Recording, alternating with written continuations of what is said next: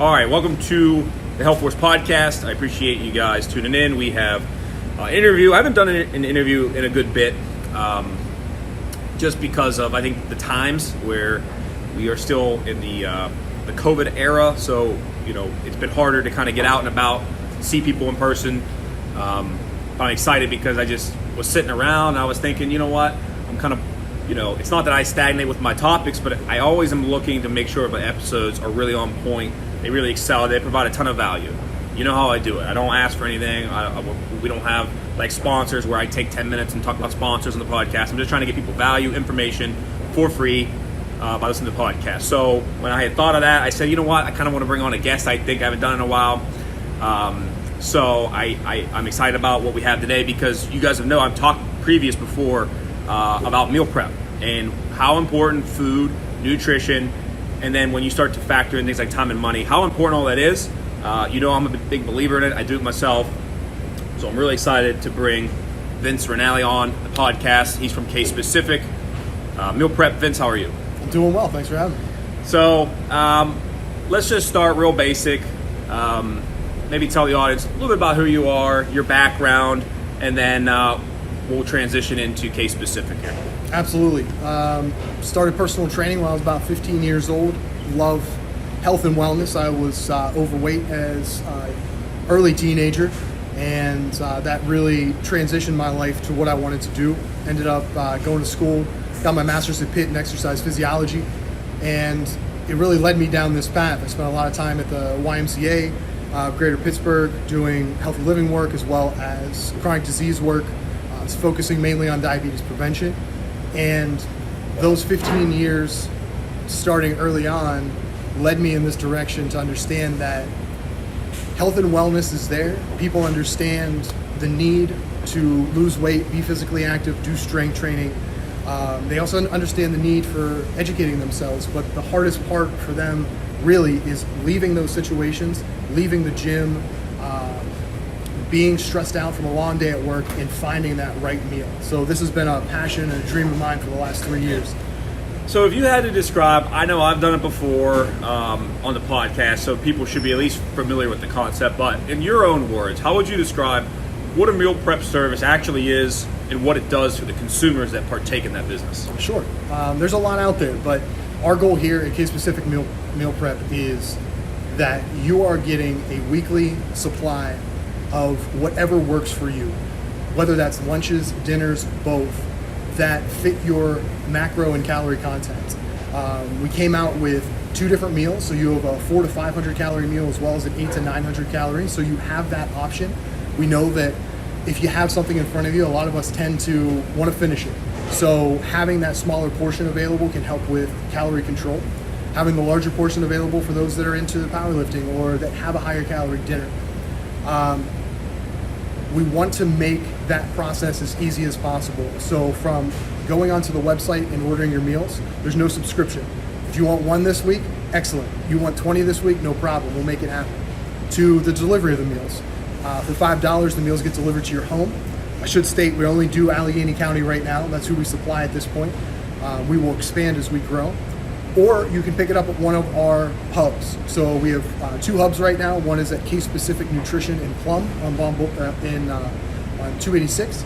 And we also have another hub on Baum Boulevard at the Case Specific Nutrition location. So you can get them delivered there for free and pick those up. So the goal is healthy food that you can take anywhere with you, that's fresh each and every week, never frozen, and is cost effective. If we have this great service and it's double or triple your grocery bill, what's the point? It has to be something that fits your price structure as well as your lifestyle. So I want to dig in on that a tiny bit too, because that was the biggest appeal for me, right? So, with my background in exercise as well, I understood nutrition and food and even to a certain extent cooking. I've done that on my own since I was 18. I moved out, been very self-sufficient on my own in terms of all my meals and things like that. But what I found so intriguing, and maybe I didn't see this coming, and maybe a lot of the audience won't either, is the biggest appeal to me is I save time, by far. I save time. I even save money, believe it or not, which is what you just mentioned there briefly. It can't be 3 times as expensive. I actually save money. And so I'll give tiny bit more detail. I'll give you an example. When I was going to the grocery store for me and my wife, okay, every week I would spend, I would say between 150, maybe even a little more, $175 a week. And the reason for that is protein can be expensive. Buying beef, chicken, vegetables, all the different fruits, strawberries can be expensive, on and on and on and on. Well, they only come in so many sizes, right? And so what was happening is we would spend $150 a week, and we wouldn't eat all the food. The bags of spinach would go bad, half the strawberries would go bad, half the bananas rot. And so I was finding that, yes, we were spending that money on good food and high quality sources, we just weren't eating it all. And then, like we talked earlier in the pre-interview, there's times where you come home and you're like, I want a buffalo chicken sandwich tonight. I don't want to make, grilled chicken and broccoli. And so just that alone, I've been able to cut my weekly spend for my food by going to a meal prep service from $150. I'm probably at about $100, $110. So I'm saving already 33% of my weekly spend on food. I'm saving. And then that doesn't even count the time that goes into the prep, what I'm going to think about for dinner. So in this day and age, do you find with people running around at work, maybe they've got kids that are in sports, how big of a plus can that saving the time of not having to go to groceries and create food at home, how great of a benefit do you find that to be as an owner of a meal prep business? Well, I think it's number one for me, and I mimic you very closely. For the last 5-6 years, I would go to the grocery store on Sunday, drop $100, $150, $200, and I would spend between, depending on what the meal was that week, 2 to 6 hours. Maybe I got a crock pot recipe that I liked and it sped up time, but spending that time in the kitchen preparing bland rice, chicken, and that's another thing. Yeah, I can do all this, but it's not that great. Yes. I am not the chef. I can't do that stuff. So I spent money, I spent time, and then I had these huge containers of rice, chicken, vegetables, whatever it was, sitting in the fridge. Half of it went to waste. Yep. And now I'm finding, utilizing my own service here, that for the same or not less cost, I am getting 5 lunches and 5 dinners each week, which you make an excellent point. When I come home from a 12-hour day, when I come home from running around, even if my fiance and I are going out and doing something, going for a hike or enjoying some outdoors, even when I come home and have time, I'm not motivated to sit there and make that healthy food. So to be able to pull this out, crack the top, throw it in the microwave for 1 minute and 30 seconds and be ready to go is amazing. So those things have really changed my life as far as time. I have my Sundays back. I have that shopping time back, and it's been a game changer. So you mentioned there before too, because this is something else I found, is when you go through a meal prep service, the people that are making the food are going to make it better than you can. And that's my biggest thing, is like, I can make grilled chicken. And then, by the way, I still like to cook for parties. Like, I'll make brats on the grill, put it in a beer bath, and do the manly grill stuff, make a steak every once in a while. I like doing that.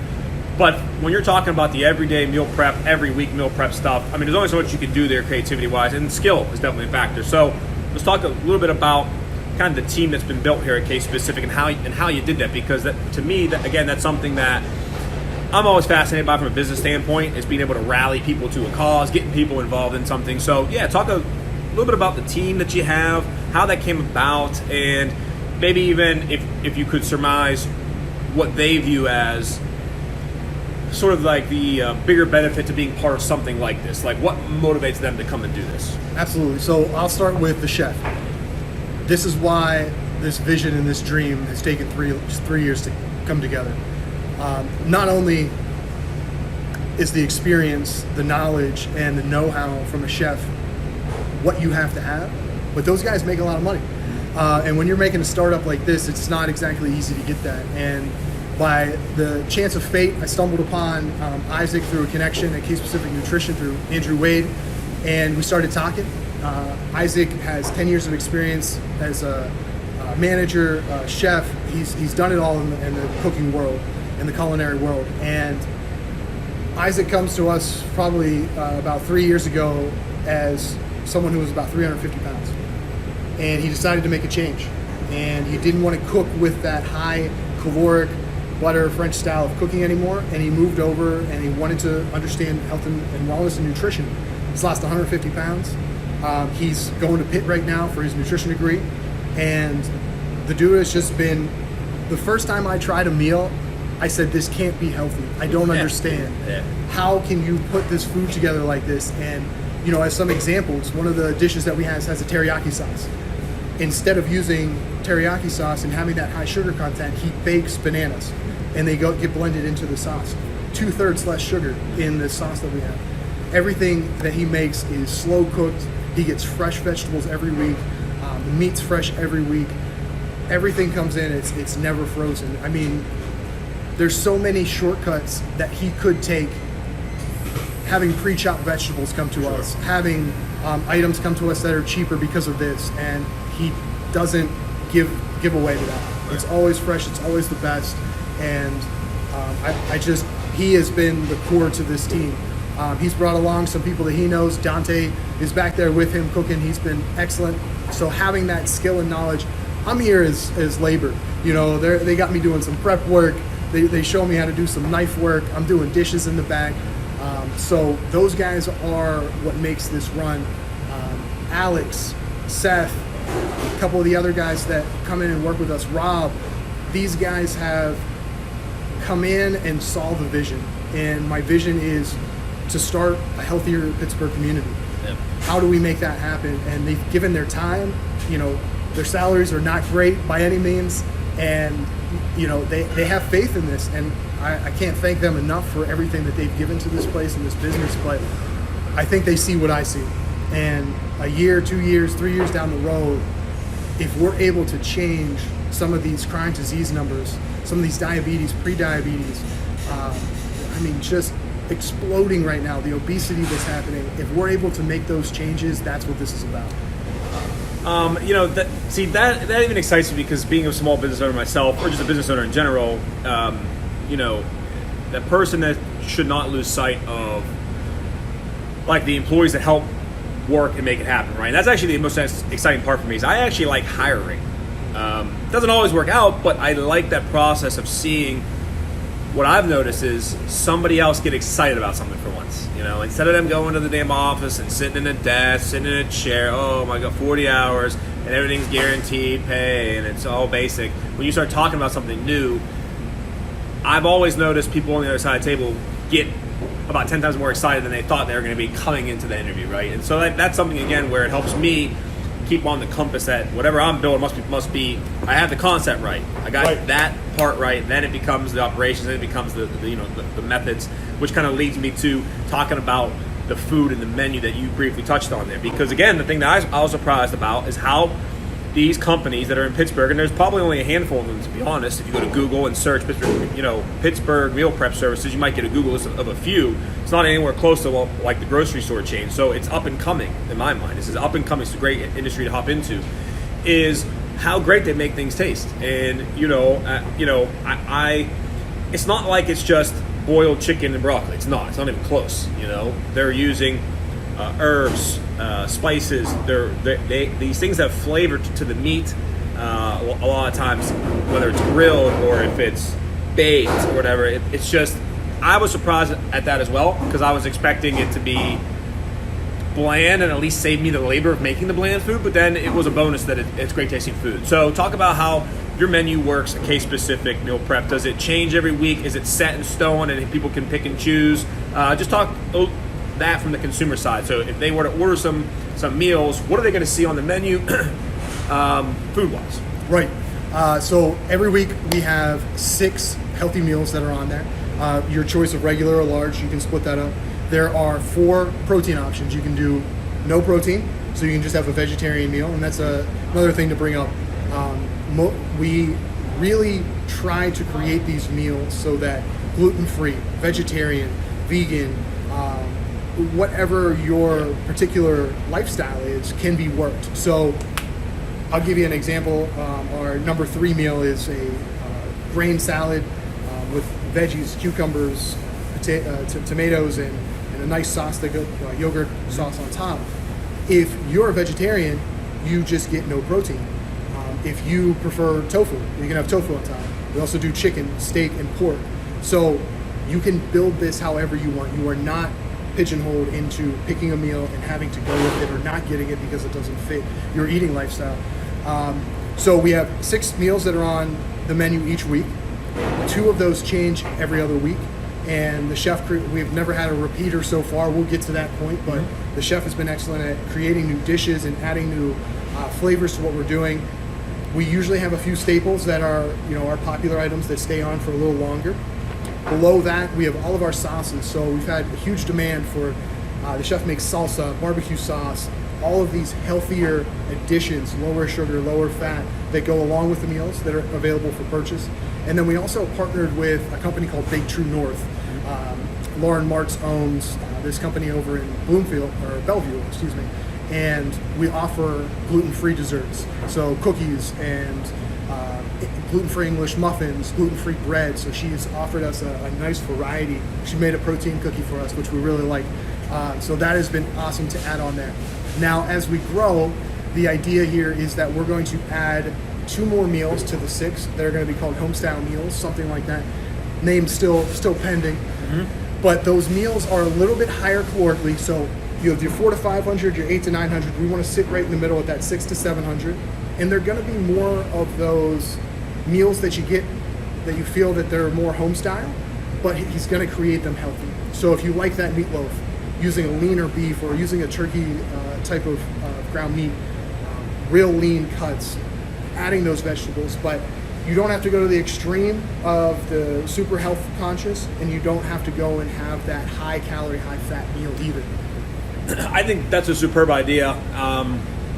And as soon as you said that, like the home style, meal, I have something in my mind that immediately stuck out was I've had a chicken parm prepared meal from a place before, and it essentially is, again, I don't know all the ingredients, but instead of it being a fried piece of chicken, it was chicken in either panko crusted, or it was, I don't know, it had something, it had something to give it some crunch on the outside of the chicken, and then it was pretty much just a bunch of like really smashed or chopped tomatoes, so there wasn't a heavy tomato sauce with, again, like added sugar like you would find at the grocery store. Right. A lot of people they underestimate condiments big time.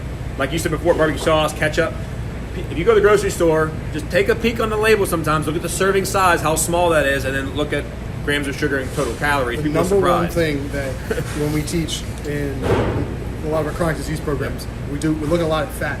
1 tablespoon of ranch dressing, between 11 and 17 grams of fat. 1 tablespoon, that's not covering more than a few leaves, you know what I mean? Yeah. So that stuff is, you gotta watch that. And the interesting part is for some reason, I have found that the grocery stores, it is polar extremes. So you have this high fat, like you said, ranch dressing, or this high sugar barbecue sauce, and it tastes good. It does, it tastes good, but it's high calories and it can add up quickly, especially when you're just squeezing it onto your food. Then you go to the other end at the grocery store and you have your sugar-free, fat-free that tastes like absolute water. Nothing. Terrible. Go try buying sugar-free barbecue sauce and tell me how that tastes at this grocery store. It's horrendous. And then, for some reason, it's been my experience that meal prep services get the sauces right. They find a way to make it taste, I think, if not as good as the high-calorie stuff, better sometimes. Without making it taste artificial, without making it taste like there's, I don't know, sugar, alcohol. I can't describe it. So if you ever want to do a fun experiment where you spend $5 on a bottle of barbecue sauce and throw it away, go to the grocery store, find a sugar-free one, and you'll see what I mean. So these places get it right. I'm telling you, they absolutely get it right. So if a person was like, you know what, okay, I want to give case-specific a try. Okay, that sounds cool. What do you recommend for people getting into this? Because the thing that I think is tough for me to identify with, I think like 10 years in advance. I think it's part of my brain, and being a business owner, I'm always looking to innovate where I can. I never look at a company and say, oh, well, so-and-so is doing this, it means we should do it. Like, I'm always the opposite. It's just like, I don't care what they do, I think this would work better. So I've always kind of been out-of-the-box thinker, right? So it's been tough for me to get into the mindset of the average person in our society who, and it's not a bad thing, it's just trying to be realistic, most people just don't think that way. Most people are concerned with the immediate things in their life. Family, friends, safety, health, right? And they're just thinking about basic things, and they go to work. Most people, some may enjoy their work, some may not enjoy their everyday work, right? So when they hear something like a meal prep service, to them, it's kind of like how we all think about the Tesla car. It's like this new thing that we're kind of unsure about. It seems cool, we're not sure. So when somebody is at least intrigued by case-specific meal prep, what is like your recommendation when they're first coming? Should they go 50-50, maybe spend half of their weekly spend here to see if they like it first and then still grocery shop? Should they just dive in? Should they get maybe a smaller portion? How do you recommend that? Because I think people, it doesn't have to be all or nothing. People can try things. And like I think you said earlier, there's not a subscription, so they're not stuck if it's just not for them. What would you recommend to somebody who's just intrigued by what you're offering, if they want to try it out or get involved and buy some meals? What do you generally recommend for a first timer? So I wanted to make sure that I included something that has always bugged me with the fitness world. And the fitness world bothers me in the fact that they try to bring people in to their membership, lock them in, and continue that even if they don't use the product. So I wanted to make sure that wasn't happening here. So my recommendation is exactly what you said, 50-50. But however you want to work that, if you want to buy one, I'm happy to bring that out to your house and let you try one. That one meal, you can get it and never go again. You can buy that one meal and say, hey, I want to do 20 the next week. But for getting that full, I guess, entry into this, what I would say is if your normal grocery bill is $100 a week, if you want to come out and get 4 meals for around $50, 5 meals for around $50, try that. Try that for lunches one week. You're still gonna have to go get milk. You still gotta go get eggs. You still gotta go get bread. So continue to have those things in reserve. And who knows what your lifestyle is like. For me, if I'm having a heavy week with, maybe 2-a-day workouts, I might need 3 meals that day. So I don't know how that's going to fit into someone's lifestyle, but absolutely go in halfway to start. I think you're really going to enjoy all of these meals. I think you're going to be real satisfied with how you feel afterwards, and it's a great addition to your post-workout or lunch or dinner time activity for sure. That's how we started. We started with, I think, 5 meals a week, and we had bought the equivalent to what would be your probably larger size, and then me and the wife would just split it and have half and half for lunch. So you pull out one container, because she works from home, I work from home, you heat it up, split it, 400 calories each-ish.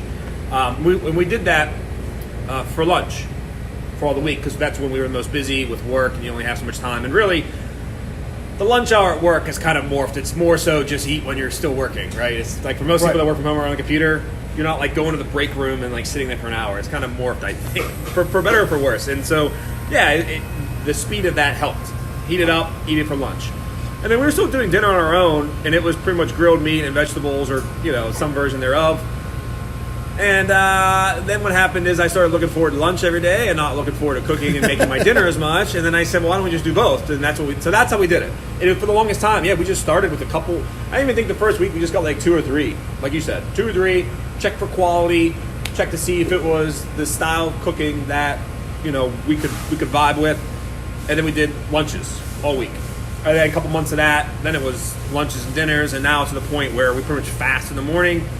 We eat a prepared lunch, protein shake, protein bar, some snack in the afternoon, go work out, pre-workout, go to the gym, meal prep dinner, snack before bed. And it's just like rinse, wash, repeat, and it actually surprisingly doesn't get old either. So so I highly encourage anybody that's interested. Like Vince said, there's a bazillion ways to get involved. Just the key is, though, you have to give it a go. It's cool to sit there and say that sounds nice and this, that, the other, but sometimes you have to jump in there and see what it's like. So I encourage people to test things and get involved. To flip now, talking about how this is like an emerging industry and things like that. What have you found to be the biggest challenges so far of maybe having a business like this, but also making that essentially a value pitch to potential consumers? Have you gotten pushback? Have you gotten a common theme that people keep showing hesitation around? Maybe they're not sure, if the food's going to taste good. Maybe they're unsure about the cost. What have you found so far to be things that most people have questions about? And the reason I ask that is I think it's good to help the audience identify. So there might be someone right now, hearing this being like, I want to try it, but I got this question in my mind. I'm going to try to see if we can address it in advance, before that. So what are some common pushback or just questions you get around maybe the hesitation of the service, and how do you try to work someone through those? So I think it's a lot about breaking old habits, just like doing what we do in fitness. You know, when you are used to coming home after a long day and sitting on the couch, it is really tough to break that habit and start going to the gym at night or whatever your routine is. Same thing with meal prep. However old you are, you've been doing this routine for many years. And now you're thinking, okay, well, do I want to pay somebody to do this? What's the benefit to me? And I don't always think your original thought is thought about. The time that's saved. Really, sometimes the only thing you see is that total that comes up on the screen when you're done purchasing your meal. So when you look at the challenges here, just trying a meal out. I am looking for a healthier Pittsburgh. I don't care if it's me. Try something out that's going to be healthier for you and see if that works. We all get to these points in our lives where work is stressful, the family's stressful, and we do not have the willpower at the end of the day. It happens to all of us. I have how many friends of mine that do bodybuilding shows, and they get to, it doesn't matter who you are, that willpower is beaten down as you go through these days, especially going through COVID right now, especially these times where we're stuck at home and you just want to order that comfort food. You can't get to the gym or the gym's limited, so now you're doing home workouts. That stress and that willpower is not there at the end of the day. Give this a shot, give it a try, and see if it's something that works with your lifestyle and your schedule, and get over that barrier. Once that habit is built, I think you will find that you're saving money. I think you'll find that you have more time left in your life for your friends, family, work, whatever it is that takes up that time. And you're gonna find that overall, the quality of life tends to be better. We have 3 clients right now. One, a type 1 diabetic who said after 3 weeks, glucose numbers have never been better. For sure. A senior client right now that has lowered A1C levels. That's not just because of us, that's because of physical activity they're doing as well. But she claims that the food has helped her make those changes. And another client that has lost 15 pounds so far. We've been open for 3 months. I love to hear these stories. You know, this is why I'm doing it. So I hope those stories are motivating if that's where you're at, if you're on the cusp of this, to give this a shot. I hope that this is that go-to. Once we create that habit that our afternoon is this healthy macro-calorie content, our dinners are this macro-calorie content, and of course we're gonna hit that Thursday, we wanna order pizza. That's okay. You know, it is not about restructuring your life to be miserable. I hope these meals are a healthy alternative to have that good tasting food and to make those small, steady changes. So to talk big picture, because this is what I get excited about. I get, I don't know. I'm always balanced in my own companies by other people who help us kind of connect the dots and make sure the operationals and everyday stuff is on point. That's not really my forte. I like looking at what we're trying to offer. You see the people, and then you see the need, and you try to fill that, right? So, and again, I don't know. This is interesting because we didn't discuss this exactly before about your big vision or how far in advance you see it or anything like that. But so anything you can share in this question is going to be awesome, I think. Is what do you think about the overall state and industry of meal prep? And maybe we could talk about here in Pittsburgh and just in general. Do we see that being an up-and-coming trend? Is it something that you think is already on most people's minds, or at least their radar? Do you think it's under the radar still? And then ultimately, I think a great question would be, if you thought about it, is looking down the road here, kind of what would a meal prep, so it's not just you specifically, just the industry, who is it competing against? Is it competing against fast food, restaurant, grocery stores, just to try to help people understand where it kind of fits? Because I think, to me, every time I've talked about this with people, they're unsure of what box to kind of put it in. They're almost like, is it a fitness? Is this only for healthy people? Is this a fitness thing? Is this a every person thing? And I know me and you know the answers to those kind of questions. But again, people have a tough time seeing new things, and it's hard for them to comprehend the vision because they're not there. And most people, again, like I said, aren't concerned with 5 years from now. They're trying to make the kid go to soccer practice on time. So. Right. How do you see the meal prep industry in general as it currently sits? And then, as we move to the future here, kind of just how do you see it unfolding? Because, again, I'm very, very high on meal prep. Absolutely. So number one, I think you were right where it is up and coming. We definitely have a few that have a foothold that have been doing this for a while. I think they're doing it well. I don't want to copy that model. We'll talk a little bit after this about where I see this going. But at the same time, I see this very much the same as the things that I do with chronic disease work. There are enough people in this world that I think want to be healthy, that we can all thrive and be happy. I think the competition, fast food, yeah, they're making some adjustments. There's some apples in kids' meals now. There's some, low sugar orange juice or milk available. They have their own world, and I just hope that we can influence and be able to help those that want to be healthy. As far as the people that this should be engaged in this, if you don't have enough time in the day, if you're running around constantly, if you're stressed, if you're tired of being in the grocery store every week, and if you're tired of spending time in the kitchen, whether it's you meal prep for yourself or you cook for the family, this is for you. It is for everyone. I know there are people in my family that love to cook. They don't get meal prep. That's okay. They love to cook. They have the time, they have the ability. But 90% of the people that I talk to are stressed out, and cooking is the last thing on their mind. So I think that fits with everyone. Yeah, and it's like, to your point, it's like meal prep almost competes on two fronts. It competes on time savings, and then it competes on the actual food part. And so that's why I brought up like fast food, because really when people buy fast food, I think they're buying the time. I don't think they're necessarily buying the Whopper or the Big Mac. Like, sure, some people like the fries, but they're mostly like driving home from work, like, I need to stop and get food, I don't want to cook. 2 seconds, they'll have it done. So they're almost, without even, if they know it or not, they're buying the time savings on fast food, right? So I see people in lines at fast food. People go to the gas stations, whether it, because gas stations now are starting to use touchscreen, order food, whether it's Sheets, GetGo, et cetera, et cetera, et cetera. People are going there. Same thing. They're going there. I don't want to cook. Stop in, spend money there. So this is what's interesting about meal prep. You have a built-in customer base because people will spend money on food. They are. People are going to spend money on food, and they're going to spend money if they think there's a perceived time savings there, right? So, I'm just fascinated by meal prep and what it potentially offers. So, to start to kind of wind through the ending of the podcast and to kind of hit on a couple of things, I guess a great question, I have is, when you talk about some customers already have had experienced success, whether it's weight loss or having some blood values being lowered, maybe you could briefly talk, because I got to be careful on my podcast. I try to, if I talk science, if I talk nutrition and the digestive tract, I try to keep it bland enough that it's not going to have people roll their eyes back in the head. But I want to give enough information, like, for instance, our last episode, we just did one on type 2 diabetes.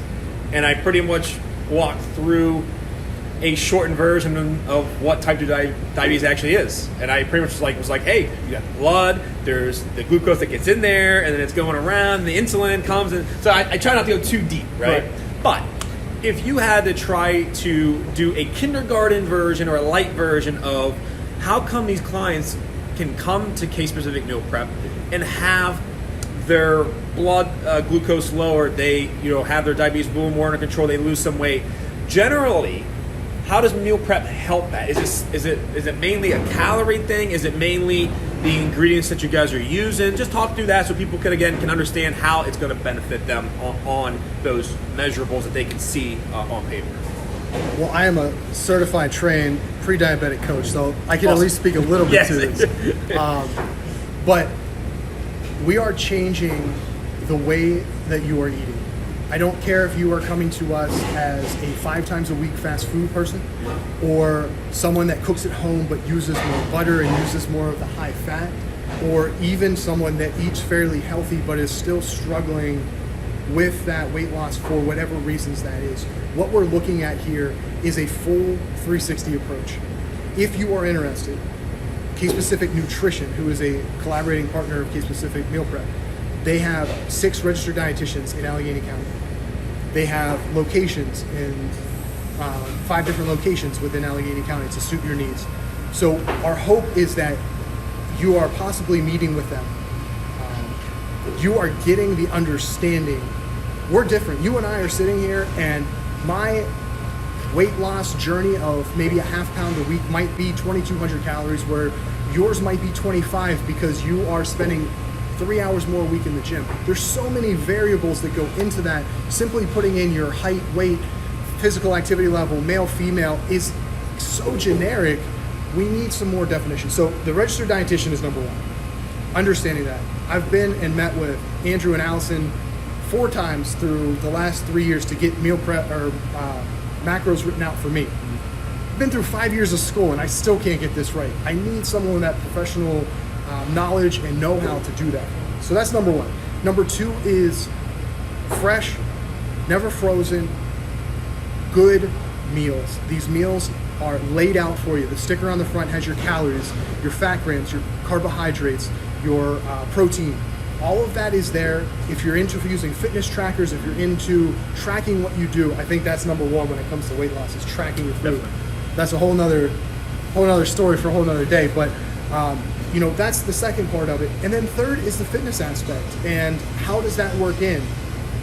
We, as case-specific meal prep, are not there in a position to be doing training yet or to be doing recommendations of that. But case-specific nutrition has one location right now, case-specific wellness in Plum, where they do training. And we have those resources, we have those connections. And I think when people really start to look at what they have, we have these conversations all the time.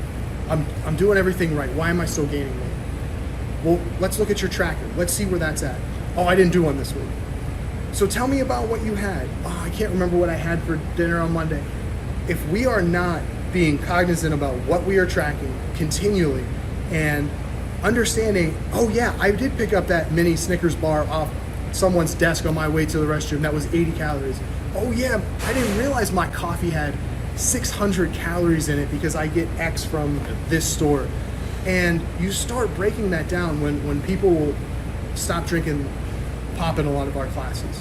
When they start looking at the condiments, as you said, the mayonnaise, the ranch, the barbecue sauces that they're using, their intake changes drastically. They haven't even necessarily made a huge change in their diet. They're making changes in these auxiliary things, these beverages, these condiments, and they're starting to lose weight. And then we're looking at the other side where, what if you are a 5-day-a-week type person that eats fast food? That's okay. I'm not telling you to change tomorrow and start eating my meals 5 days a week. That's not realistic. You can't go cold turkey like that. But maybe on Tuesday and Thursday, having that meal and still having fast food, you're gonna see a difference. You're starting to buck the trend of the amount of calories and nutrition that you're bringing in. So I hope that was high level enough, and we can always bring a nutritionist in here, a registered dietitian to speak to that. But so talk about, Taylor, as we begin to wrap up, the content you're producing. So again, people can get a glimpse at some of this stuff nowadays through the internet, through social media, through websites, et cetera, et cetera, et cetera. So again, talk about the content you're doing. Are you guys doing photo, video, audio, blogging? Just talk about where the content you guys are currently creating, what type it is, and where it's at in case people want to be able to see it. So I started off on my own, which was a big mistake. So I had to go out and hire this stud behind the camera over here, Seth. And Seth has brought a wealth of knowledge to this team that I simply didn't have. That's another thing you learn in small businesses. Get people that know what they're doing to do tell it. me about it. Don't do it yourself. So Seth is managing our Facebook, our Instagram. He is currently building out a Squarespace website for us. We're on Shopify. We're going to be moving over. You can find us. I'm going to make sure, because of the transition, I don't want to give the old website, but at Case Specific Meal Prep for Facebook and Instagram. And we'll be sure to tag the website on for you guys on this video. But Seth is doing videos for us, social media posts. He's going to be posting, hopefully this is a video for us today. And all of that collaborates and will eventually, as we continue to grow here, be linked with case-specific nutrition. So when you go onto that site, we're going to be there with them. But Andrew Wade has some amazing content, weekly blogs, weekly videos, nutrition tips. He does a podcast. I believe it's once a month. It might be maybe sooner than that, but he has a wealth of information on there that really coincides here. I really think at the end of the day, this is not a standalone business. My vision, my dream has always been this 360 wellness. Whoever you are, a teenager, middle-aged, a senior with some health issues, you should be able to come in, understand from a reliable sources, registered dietitian, what your nutrition value should be. Have meals available to you for when you need that. Having fitness available to you, whether through personal training or just access to a facility. And then finally, also, depending on your health needs, have access to chronic disease education, post-cancer rehabilitation, pre-diabetes education, diabetes education. I can go on. I mean, blood pressure monitoring. If you are doing one but not the other four, there's a disconnect. If you are eating right, but you sit on the couch and you're not educating yourself, you're missing out. If you're working out and you leave and go get fast food every day, there's not going to be a change. How can we bring all of that together? And I hope one day, how can we bring the institutes like all the insurance companies and the hospitals, how do they fit into this mold? I can't tell you how many people I've talked to that say the first time they knew they had a chronic disease was when they had diabetes. Oh yeah. Why were your values not told to you when you were pre-diabetic? Right. That is unreasonable. That can't happen.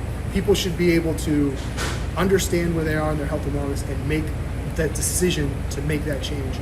I've worked with 500 plus people in the pre-diabetes class. And you always have people that just aren't interested. Yeah. You know, gave it Definitely. a shot, it didn't work for their lifestyle. It's okay. But there are hundreds of people who have changed their lifestyle, are no longer pre-diabetic, and are not stuck in this now lifestyle of checking glucose levels, checking insulin levels, spiking insulin, dropping insulin. They have been able to change their lifestyle and live a healthier life because of that. All right, Vince. So, I tried to make sure we asked enough questions that not only do we talk big picture, vision, the industry, where it's headed, things like that, but I also want to make sure we asked a lot of those, everyday questions too. How people can check out the menu, how they can get involved, how much they should start with. And I thought we did a great job of banging around all that and again, trying to just overwhelm with value and information.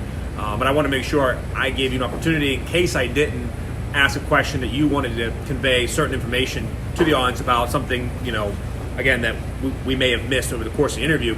Is there anything that you think, or is there any information you'd, again, like to give the podcast audience about anything in general? And if not, you can always plug your business again.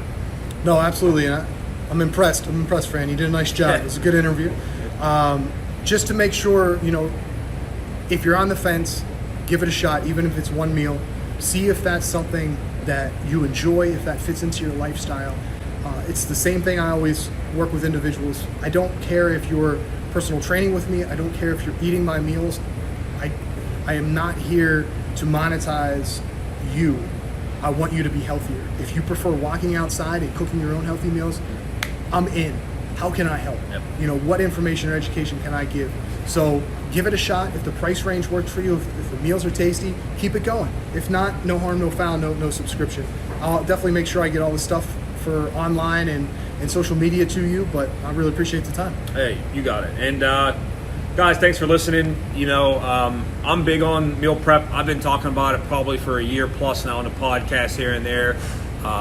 There are companies like Vince's popping up that are local, which helps, again, save you time. It's not like some of these other companies. Again, I'll talk about something else. But like you got these ones that are like HelloFresh or whatever, right? So you got meals that are sent to your house, but they're uncooked. So you still got to spend all the time making them, prepping them, cleaning the dishes. Okay, so that's what I'm trying to say. There's a difference between somebody that sends you food, or even the grocery stores that now have the shipping to your house.